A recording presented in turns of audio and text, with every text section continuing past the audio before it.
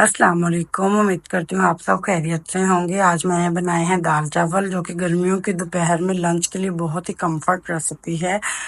और चलें अब हम इसको बनाना स्टार्ट करते हैं। सबसे पहले मैंने एक पतीली में 1.5 लीटर पानी ले लिया था। आप अपनी दाल के अकॉर्डिंग पानी लें। देन मैंने इसके अंदर एक बारीक कटी हुई प्याज, टमाटर, लाल मिर्च, हल्दी और नमक ऐड कर दिया था। आप स्पाइसेस अपने अकॉर्डिंग रख सकते हैं। हम थोड़े कम खाते हैं, इसलिए मैंने लाइट स्पाइसेस रखे।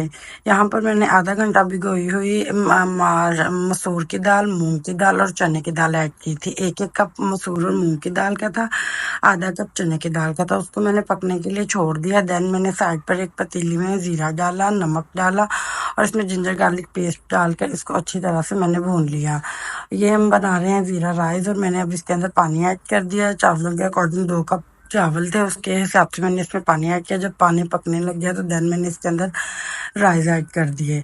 यहाँ पर चावल भी साथ साथ बन रहे और साथ साथ हमारी दाल भी तैयार हो रही है। जब चावलों को पानी खुश्क हो गया, हल्का हल्का इसमें रह गया, देन मैंने इसके दम लगा दिया। चावलों के साथ आप प्लेन राइस भी बना सकते हैं, प्लेन वाइट राइस। और मैंने यहाँ पर जीरे वाले राइस बनाए थे, मुझे जीरे वाले राइस ज़्यादा अच्छे लगते हैं दाल के साथ, तो मैंने ये वाले राइस बनाए थे। ये देखिए, ये बहुत ही खिले खिले बनकर तैयार हो गए थे।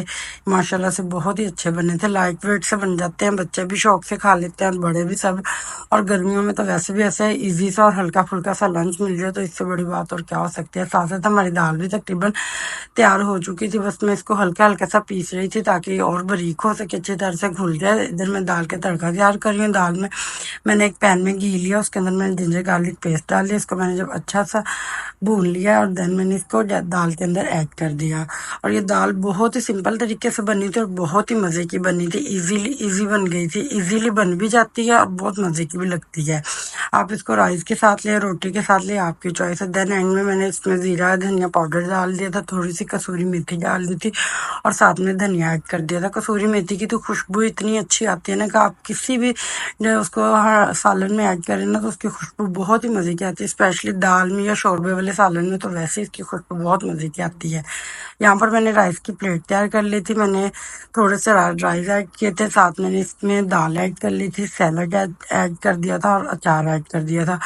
क्योंकि हमने खाना बाद में होता है, लेकिन हमें प्रेजेंटेशन ही उसको प्रेजेंट ही ऐसे करना चाहिए कि वो देखने में पहले इतना खूबसूरत लगे कि देखने वाले को खाने का खुद ही दिल करे। ये बहुत ही मज़े के बने थे। आप भी ट्राई कीजिएगा, फीडबैक दीजिएगा, लाइक शेयर सब्सक्राइब लाजमी कीजिएगा। Thank you.